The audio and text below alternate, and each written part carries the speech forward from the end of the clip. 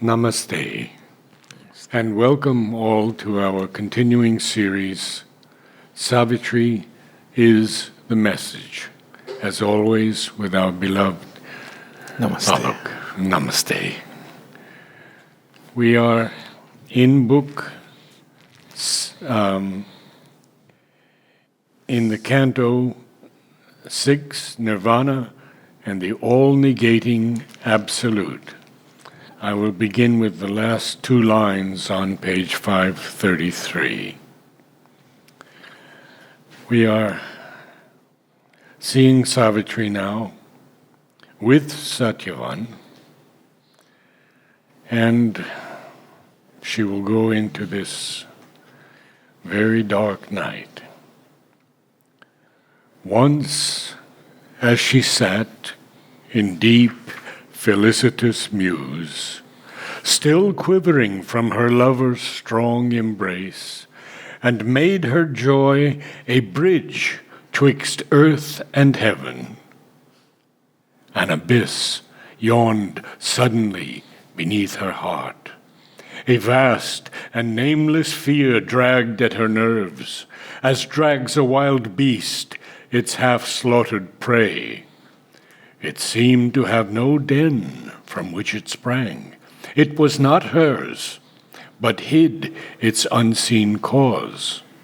Then, rushing, came its vast and fearful fount, a formless dread, with shapeless, endless wings, filling the universe with its dangerous breath, a denser darkness than the night could bear, enveloped the heavens and possessed the earth. A rolling surge of silent death it came, curving round the far edge of the quaking globe. Effacing heaven with its enormous stride, it willed to expunge the choked and anguished air and end the fable of the joy of life. It seemed her very being to forbid, abolishing all by which her nature lived, and labored to blot out her body and soul, a clutch of some half-seen invisible, an ocean of terror and of sovereign might, a person and a black infinity. It seemed to cry to her, without thought or word, the message of its dark eternity and the awful meaning of its silences. Out of some sullen, monstrous vast arisen, out of an abysmal deep of grief and fear, imagined by some blind, regardless self, a consciousness of being without its joy, empty of thought, incapable of bliss, that felt life blank and nowhere found a soul, a voice to the dumb anguish of the heart, conveyed a stark sense of unspoken words. In her own depths, she heard the unuttered thought that made unreal the world and all life meant.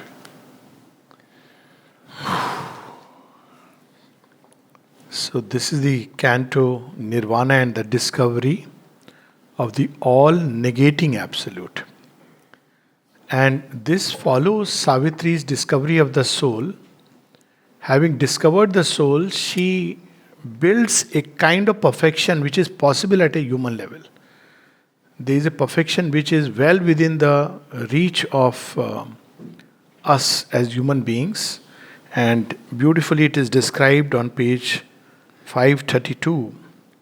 This bright perfection of our inner state, when one has found the soul and is governing the life by that.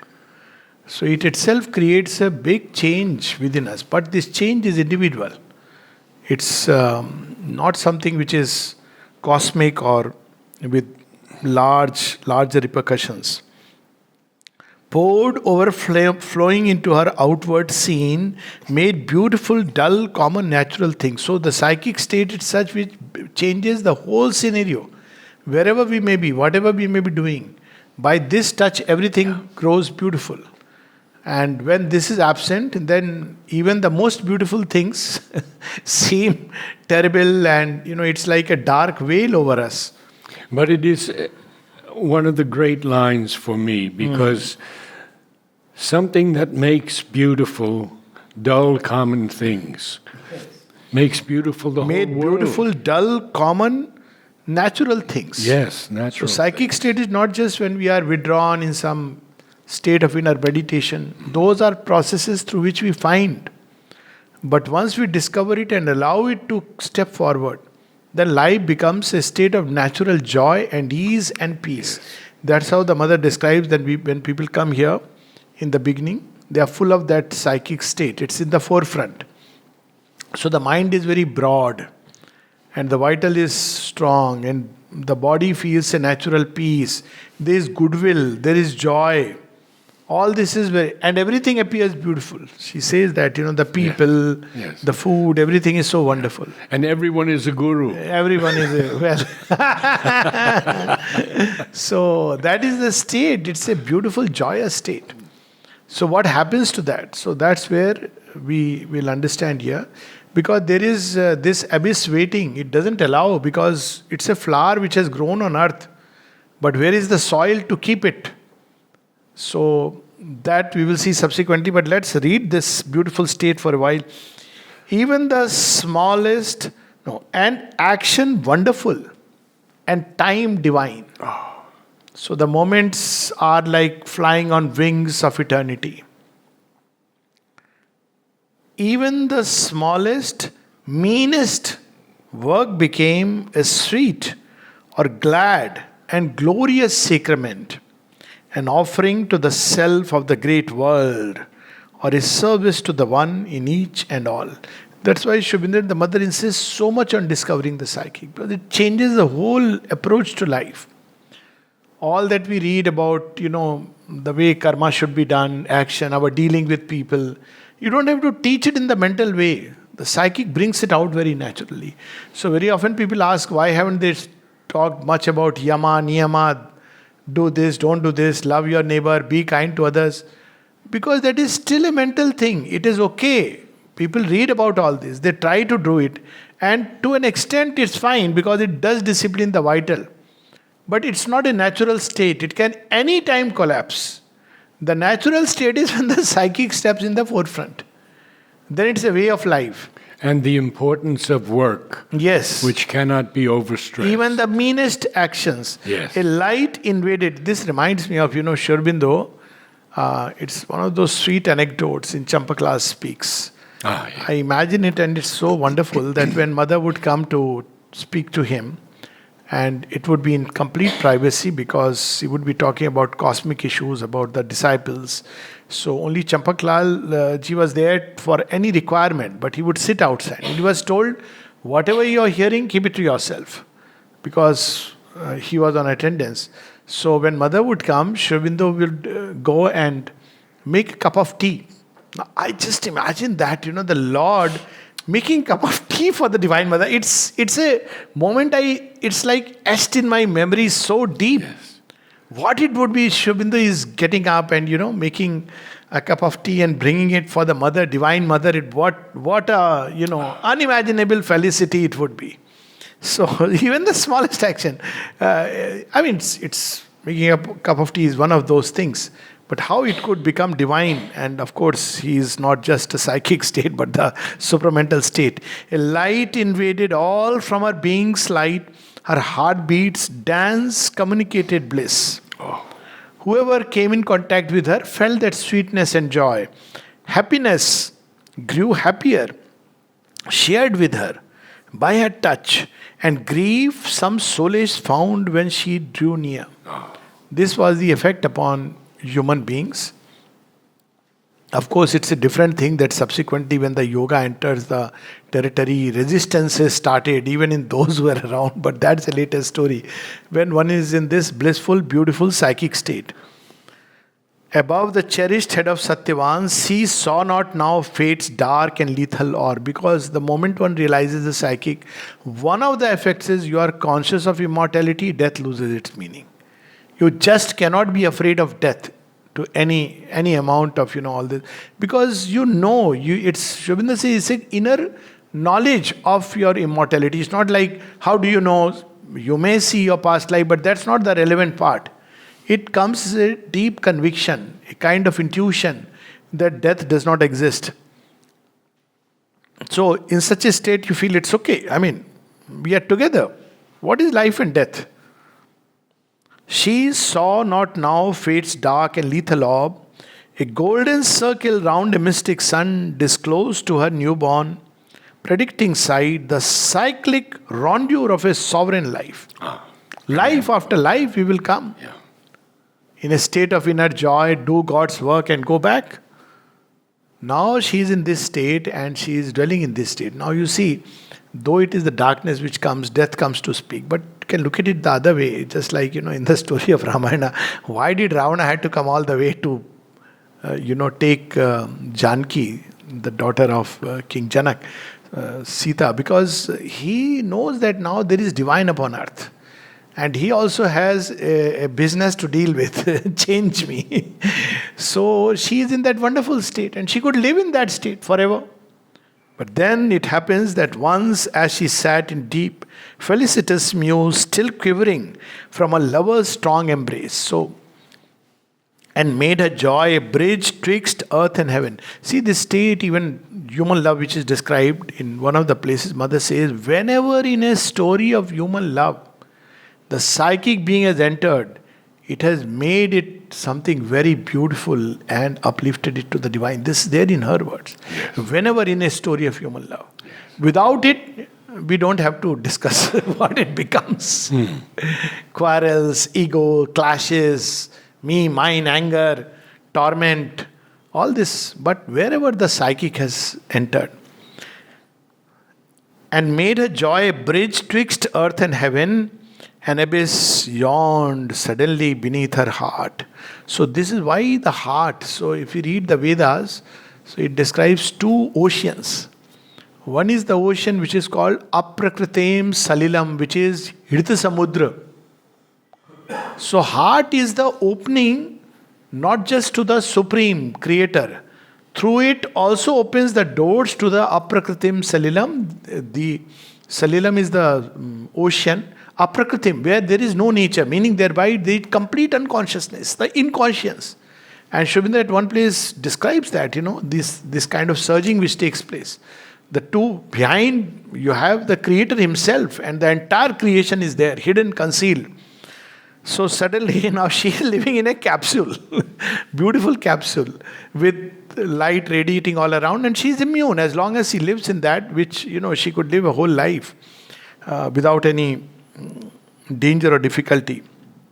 But this abyss opens, a vast and nameless fear dragged at her nerves, as drags a wild beast its half-slaughtered prey. What is half-slaughtered is, the body is anyways taken. Now it wants to drag away this state, snatch it away. So this description is very interesting. Fear. We have heard about the six demons, Kam, Krodh, Lobh, Moh, Mad, Matsar, in Indian thought and everywhere, which are obstacles to spiritual life. But the Mother says the greatest impurity is fear. Because if you look at it, out of fear all this arises. Just as like desire. So out of fear arises insecurity. Out of fear there is a lack of faith. So you want to acquire things. So kama. Out of fear, anger. I must have it now. Lobha, moha, all arise out of this base impurity. Fear is the complete contradiction of faith. So this fear, if you have trust in the divine, trust in the destiny, you will accept life and move the way it is moving because you have that complete faith. I don't know that we've ever seen more fear than just now with this Yes. situation. It's a complete contradiction of the divine faith in the divine. Absolutely. And that's why it is encircled the entire globe. So we see that it drags. It seemed to have no den from which it sprang. It was not hers, but hid its unseen cause. So it is not something individual. All these, our individual thing is always beautiful. The soul is always having a divine nature. All this is the cosmic play where the gods and demons or the titans, to use the Vedic language, have entry into our lives. The gods from the higher domains and the titans from the lower ones. So they enter into our ken. And we can hold on to them or allow ourselves to be held by them. Normally it is the ego self, but the soul, our true nature is always divine. So it suddenly comes, and then we have all this. It was not hers. Then rushing came its vast and fearful fount, a formless dread with shapeless, endless wings, filling the universe with its dangerous breath. So we always have these wings, whether it's the dragon, we have both the dragons, golden dragon and the dark dragon. Dragons of the dark foundation. Yes. Yeah, we also have the golden sphinx which guards the gate of eternity, and the dark nether sphinx which is at the other end. So it's a shadow of what is above. So it comes with endless wings. It could reach anywhere, go anywhere. A denser darkness than the night could bear enveloped the heavens and possessed the earth. A rolling surge of silent death. It came curving round the far edge of the quaking globe. It's a description of what's happening now, no? Exactly. Quaking globe, curving round. Exactly, absolutely. Effacing heaven with its enormous stride. We read all these descriptions in the Puranas. The Asuras entering the heaven, conquering it. So what does it mean? It means this, that when it happens, it has repercussions upon earth. So each time we allow ourselves to be conquered by this fear, it has repercussions upon the entire humanity. And when there is a fight between the gods and the demons, and for some reason when they seem to be on the ascendant, like at night for example, they are naturally on the ascendant. So then all these forces are very, very active. You see,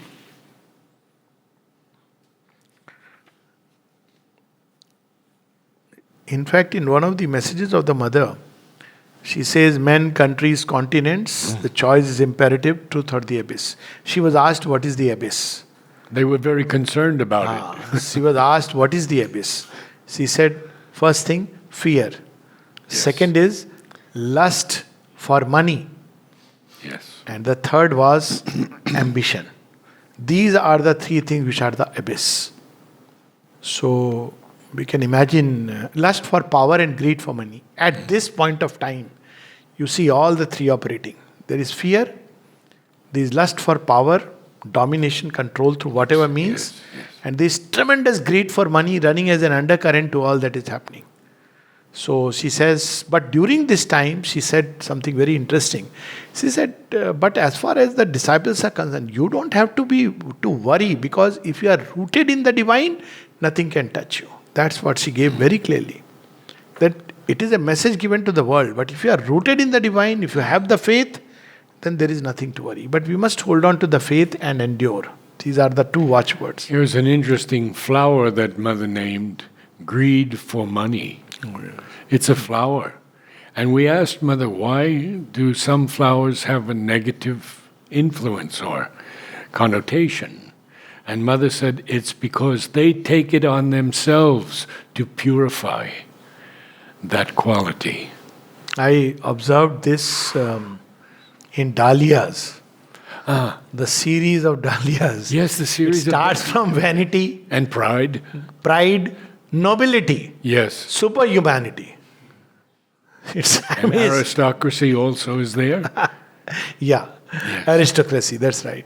So it's very interesting that it starts from the negative, transforms itself and goes toward that. So a rolling edge surge of silent death it came. It willed to expune the choked and anguished air. And literally, you see these words choked. Yeah. You will often hear it when there is an attack on the throat, on the breath, choked and anguished here. Actually, this is literally the experience of those who are caught up in this. They keep feeling as if something has caught literally choked and anguished. And this word expunge Yes, means expunged. to wipe out completely. Yes, expunge to completely, yes. And then the fable of the joy of life. So it comes to sow doubt and all this inside the mind that, well, all this is fine. During this period, you will see so many people filled with all kinds of doubts. Even about the work, about everything, as if, heavens have crashed and life will never be the same. This kind of thought. So sometimes you have to remind them, have a heart, just see the first half of the previous century and you will know that we are living still in a most wonderful times regardless of everything. So, and then we still have the voice of people who say Orville is a failure. yeah. There was this book. Yes. Better to have gone, the utopia. Yes. So it is because this period, they are all caught up by these forces, which want to take away this faith, this joy of life that comes from faith in the divine. Better to have gone. That was the book. Yes. And there was another one which, about same thing about utopias. Well, utopias are not built in a day. I mean, it's a journey and there is a joy in that journey. There are challenges in that journey. What life would be if everything was ready-made? And if it was ready-made, we won't deserve it. So we must go through the challenge. I think these are people who think like that, who don't want to put in real effort. They want things to be ready-made and then enter there. But we have to prepare ourselves for the utopia. We have to be participant in the labor. Not like I see as a witness, go around and I say, well, it's what it is. That even if I am, people see the action of the divine and they can't understand because they don't have the eye of the Arjuna to see that, well, whatever Krishna is doing is beautiful, is needed. But if they see with another eye, the same action, they say, my God, he is so terrible. He is destroying nations, he is destroying humanity. But to the eye that sees, he will say he is saving humanity. So, it's the way we look at it.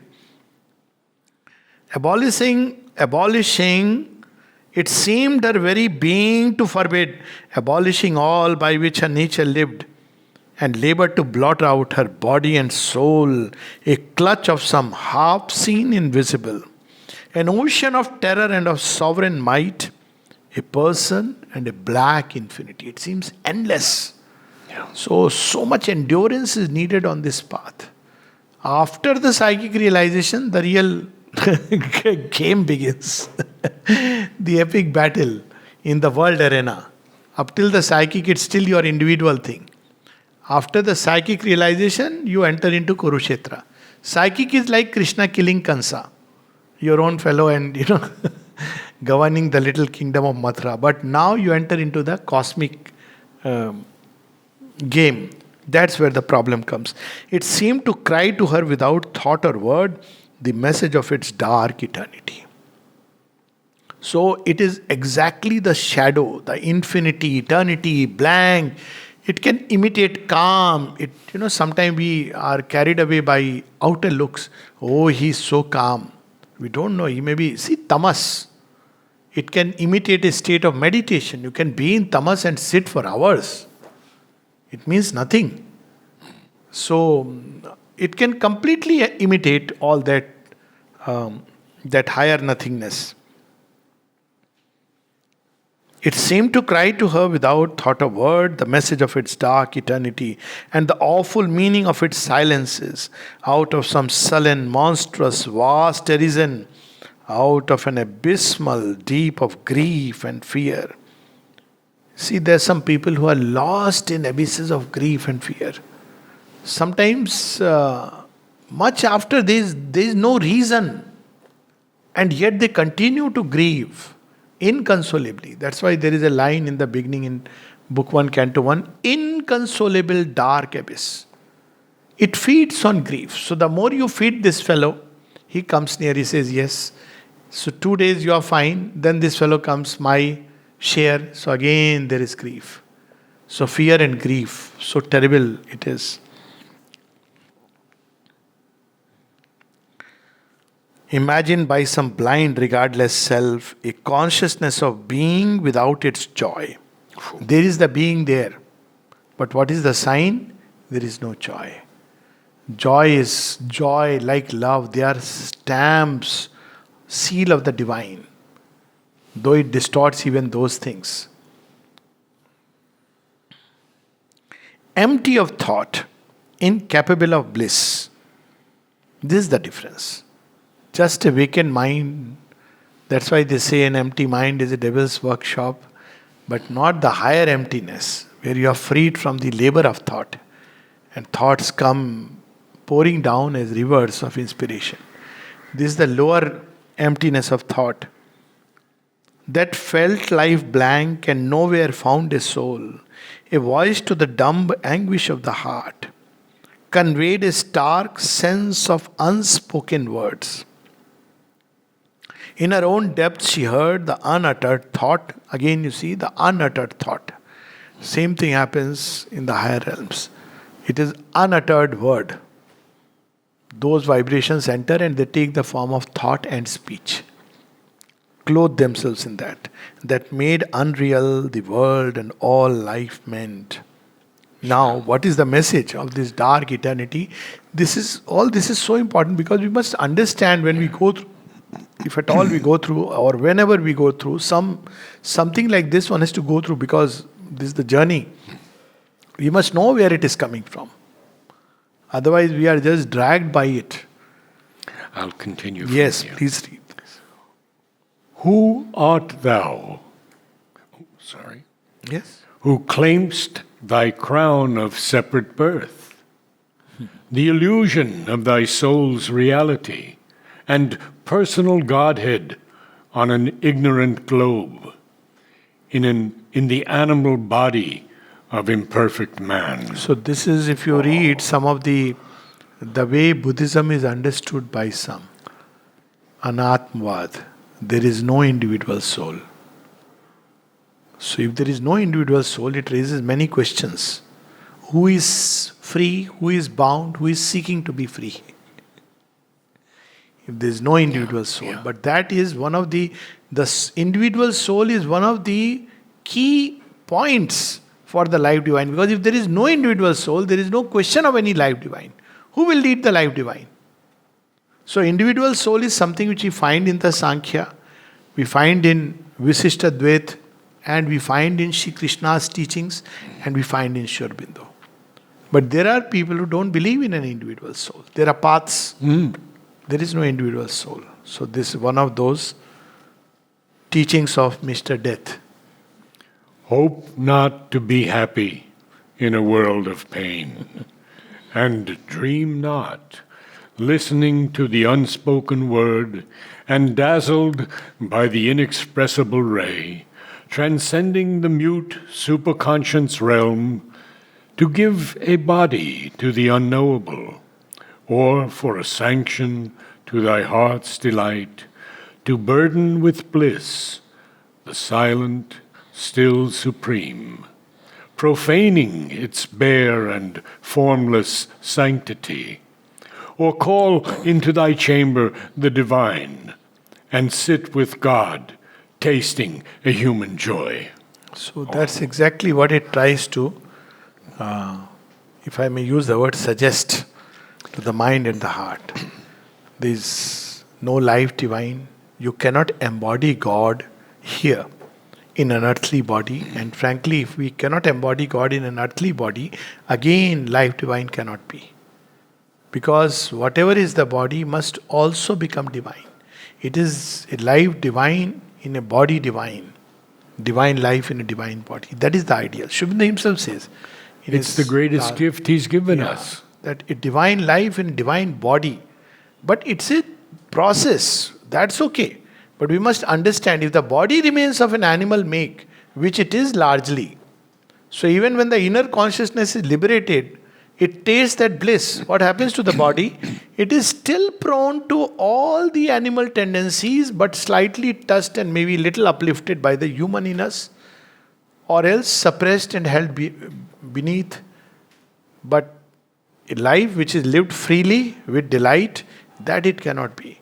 So, Messrs. Death and Company are telling it's not possible. How can a human being can annul itself in that vast nothingness?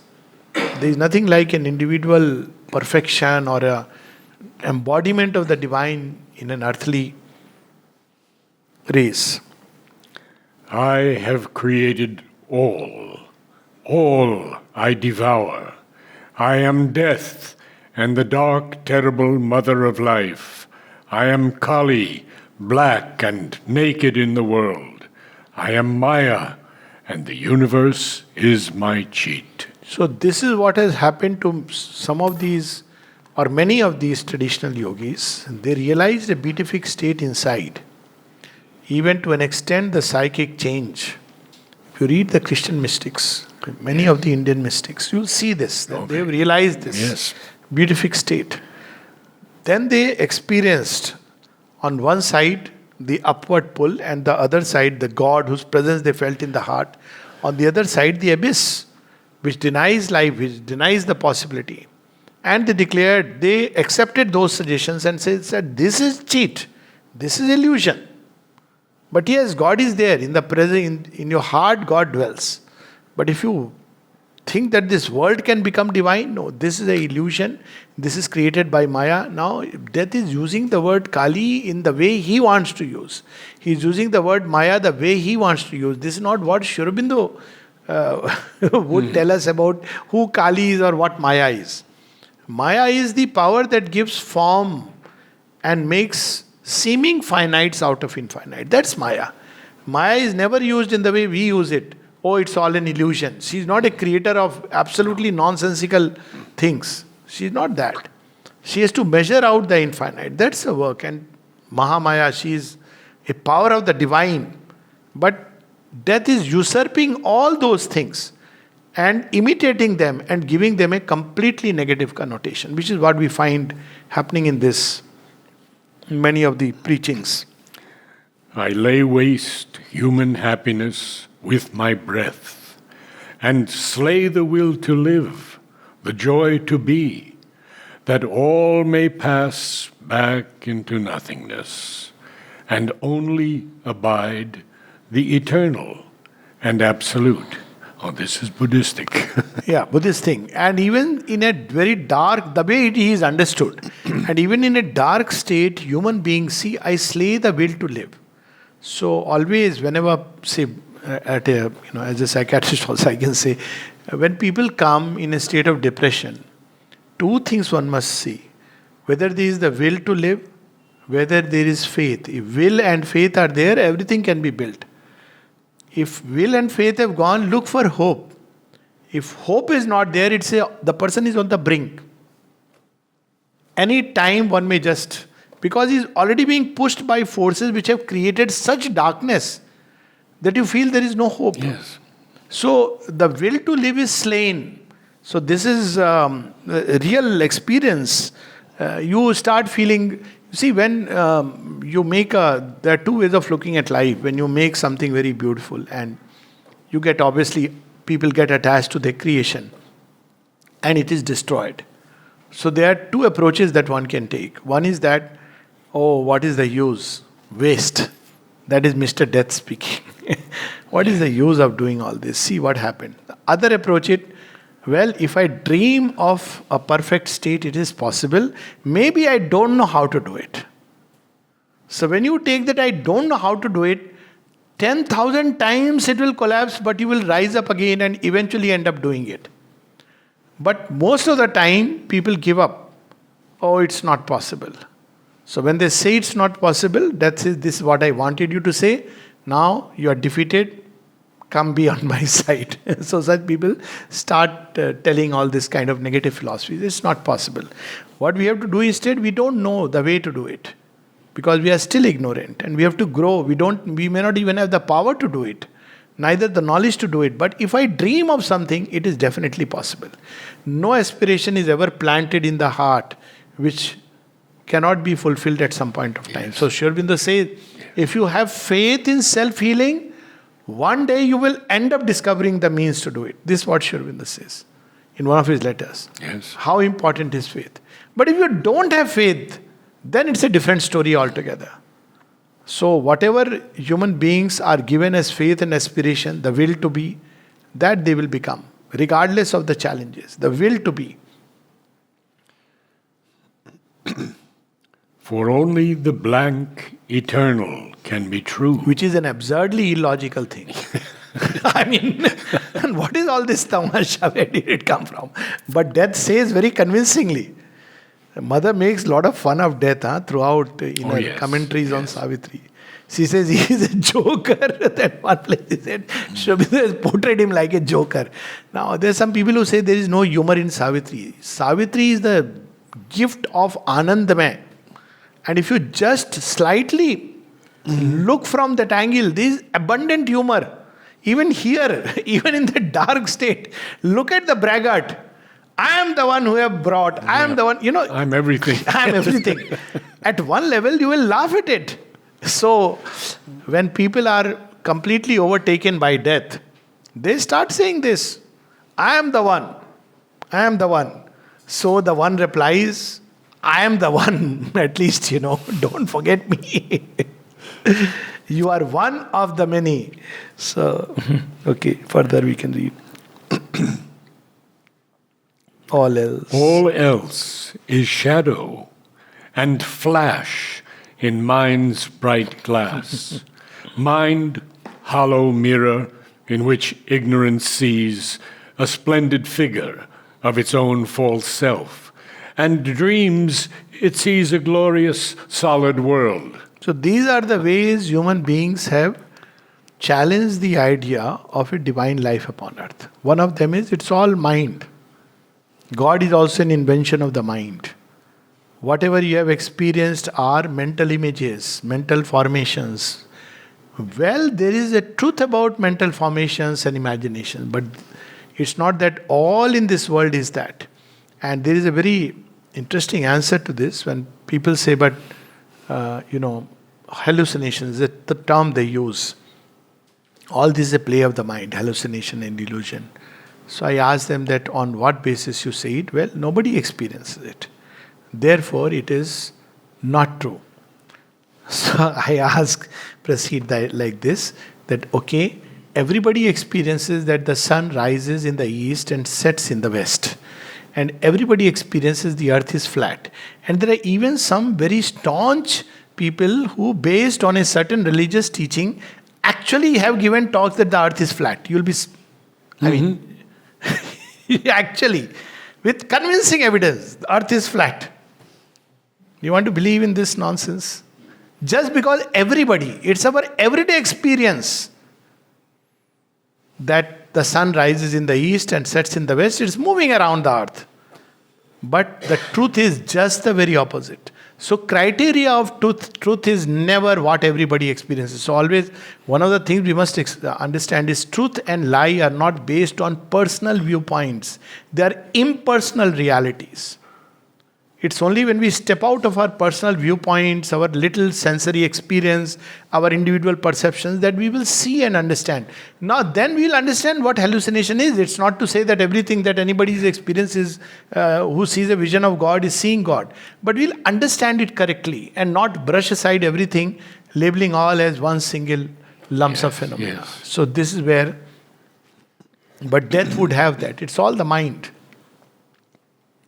O soul, inventor of man's thoughts and hopes, thyself the invention of the moment's stream, illusion's center or subtle apex point, at last know thyself, from vain existence cease. So, first, with regard to the mind, one more thing that Sri Aurobindo makes very clear. If it is the mind that has created everything, then which mind are we speaking of? Because human beings and this mind has come much later in evolution. So, if at all we think about it, we have to go back to some cosmic mind. Now, the moment you bring the idea of cosmic mind, it changes the whole perspective. So, it's not just the mind which is creating things and seeing things. If human mind is the creator, then there are things which have existed much before even the human being has come into existence. Second part, these 4 lines toward the end. Yes. This is exactly how Buddhism is understood. Yes. You know, the Buddhist law of karma, when I read it, I was just imagining, but it sounds so convincing. It says, the law of karma is that it's not necessary that you are the one who will experience it. Whatever energy you have released. You have flown past like a stream. That's one of the meditations. So the stream is going forward. You have released an energy, you have grown forward. It's like you have thrown a ball into space and you have swam past. On whom will the ball fall? At some other point of time, somebody is there and the ball falls on that person. It's a very strange kind of, understanding and looks so convincing, very logical that unless you bring in the idea of the individual soul. So, people may wonder that why, but Buddha was an avatar of the divine. So, Sri Aurobindo has a very interesting take on this. He says that yes, he is an avatar of the divine, and Buddha in its true sense, not the way he is understood. He shot beyond and spoke of the permanent and the nothingness. But at the same time, Buddha knew that his words may create an ambiguity. And he deliberately chose not to fill in the blanks with any kind of intellectual statement. So if you read the Vishnu Puran, Buddha is mentioned as one of the avatars of Vishnu, Maya Moha, who comes to take the asuras out of creation. Asuras are very happy with this doctrine of anatmavad. There is no soul, there is no God. But have compassion, be good. This is something which is very good for a kind of mind which doesn't want to believe in God or surrender. Though Buddha is speaking of Buddham Sharanam Gacchami, of course, Buddham is taken as a state of enlightenment. Sangham Sharanam Gacchami, Dharmam Sharanam Gacchami. But, decapitated teaching that, well, there is no God, there is no soul, but you should be good to people. This is how it is understood. So there was a reason why he chose to speak on those words. But of course, everything that the divine avatars have spoken is misunderstood. So his teaching, so why it needs to be clarified, it's the way Buddhism is understood. Not what Buddhism is, yes. Not what Buddha said. Buddha said something very beautiful. He said, just like a typical Advaitin, that behind this world of ephemeral phenomena, there is an eternal permanent. Seek him. And he vowed to come back. Yes. And to seek him, you need to conquer your desires and ego. Yes. This sense of self which the ego creates is unreal and false. This is what he said. And subsequently, of course, otherwise there is no point. If there is no individual self, there is no liberation. And Buddha is extremely, there are 2 great minds other than, of course, our Sri Aurobindo is infinite mind. Lexicon of the infinite mind. And there are only 2 great high intellectual figures that stand in the Indian history, spiritual history, which you can see. One is Buddha, the other is Shankara. But Buddha has the advantage of a mighty vital, tremendous vital. The way he tramples over desires and ego is unimaginable. Shankaracharya, he is mighty in his intellect, but at one point he weeps when his mother dies. He doesn't know what to do. He has a soft heart, so he could speak about Saundarya Lahari and open to the mother. But Buddha, this is the ultimate acme of it. Interesting, most rarest combination of it. Astute intellect and a mighty vital. But that's not how Buddha is understood. Buddha is understood or misunderstood, that there is no soul, there is no God. But you must follow this, so you will be liberated. Who will be liberated, where he will be liberated, leave that aside. But we must read a little bit about the answer, because a shadow of the negating absolute, the intolerant darkness traveled, surging past, and ebbed in her, the formidable voice. It left behind her inner world laid waste. A barren silence weighed upon her heart. Her kingdom of delight was there no more. Only her soul remained, its emptied stage, awaiting the unknown eternal will. So, this is the effect of these forces if we harbor them, entertain them, and nurture them. So, just a few words we should read after this. Then from the heights a greater voice came down, the word that touches the heart and finds the soul, the voice of light after the voice of night. The cry of the abyss drew heaven's reply, a might of storm chased by the might of the sun. We'll see this in Sri Aurobindo's letters. When he said, do not despair, the faith that I am asking of you. When in darkness, what you should do. All these we find in Sri Aurobindo's letter. So, we can read a few lines, not the whole passage, very big. No, a few lines, I think. Maybe to accept to be human on earth. That's O soul, bear not thy kingdom to the foe. Consent to hide thy royalty of bliss, lest time and fate find out its avenues, and beat with thunderous knock upon thy gates. Hide, whilst thou canst, thy treasure of separate self, behind the luminous rampart of thy depths, till of a vaster empire it grows part. So essentially the luminous advice for all times is, when you have discovered this beautiful thing, or even before that, there is a word, sentence from the mother, very revealing, luminous words. You must guard your faith like a priceless treasure. And the way for it is, that's why it is advised, do not be in the company of those who are haters of light. Do not be in the company of those whose minds are full of doubt. This is age-old advice.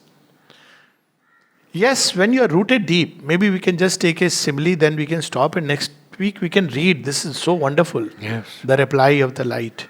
So, there is a very nice simile to this. In fact, two similes. When the fire is small, and if the winds blow, it just gets extinguished.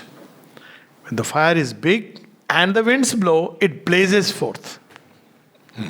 So, Yes. another simile is when the plant is very small, if there is a storm, it will be just dashed to the ground. But when you have grown into a big banyan tree, 1,000 storms can't harm you. So that's why the voice is advising, don't rush. Right now you develop this. Let it be rooted deep. The solution is when many people, when this beginning of experience happens and they start, feeling very high, and then all these storms come, and it can never die, but it tends to become very weakened. So the solution is keep growing the fire of aspiration. This is the solution. So even there where we spoke about mother's advice to the newcomers, that when you come everything is beautiful because the psychic is in the forefront. Then the old nature comes. So what happens? The people who looked very nice, suddenly you see them with cross eyes, and then everybody is bad. Last is I am bad. That is realization. Or the same food, oh my God, see this is so horrible. Why they are doing this? Everything is bad. So she says, what is the solution? She says the solution is to get back to the psychic being. This is the kingdom we must grow and nurture it. This aspiration, this faith, this should not get affected. And that's why we have to be very careful in our dealings with the world. That's the reason why we understand. Some people don't understand why in the ashram. In the beginning, though, there was so much, though it's a porous, but yet, like once the children wanted to see a movie, the ashram inmates, and the children. The mother bought all the tickets of a particular cinema, only for a few. And it's very difficult for people to understand that, when people don't understand these deeper truths, then, it's like a cult, you should open it to all. No, there is a reason behind it. That's why, even in the playground, why Dada was so strict. Sometimes people just couldn't understand. It's because when there is too much of admixture and intermingling, it can lead to a newly forming psychic life, let alone spiritual life, can be badly damaged. Even friends, the mother says that there were people with luminous, beautiful possibilities. And just because of friendship, they just slide it down. So, when the psychic life is newly formed, it should be taken as the special treasure. When faith is born, when there is gratitude in the heart, when there is aspiration, we should just focus on developing it. And later on, if we are allowed to participate in the cosmic action, when this has become a blazing fire, and when the plant has grown into a tree, then it's a different matter altogether. Keep the company of the holy. Everyone who is, of course, holy in the true sense. Satsang, Yes, that's how it is. satsang. I was speaking of this Guru Nanak, a great saint, Mother and Shobinda has spoken about him. What does he say? That if you want to find truth and you want to find the divine, he starts with this, that sadho man ka maan tyago, काम क्रोध संगति दुर्जन की तासे ahanish bhago. So he says that you give up this pride of the mind that the intellect can know everything. You won't even obey the master because you think you know better. And then Kam Krodh Sangati Durjan ki. People who are, it's not, now liberal mind cannot understand why it is. But actually it is so true in everyday life. When you are working on a nuclear plant, it's a high-end plant. You have to guard yourself.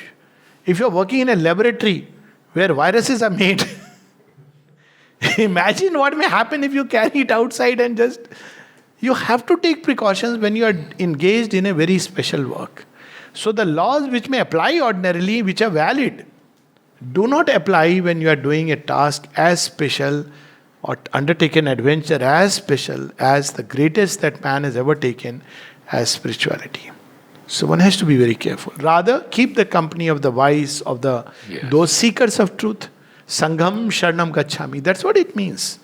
People who are endowed with faith, and avoid the company of those who are endowed with full of doubt, hostility, fear, and all the rest. Because they are the voice of night which we have just heard. Yes. Thank you, sir. Namaste. Namaste. Namaste all.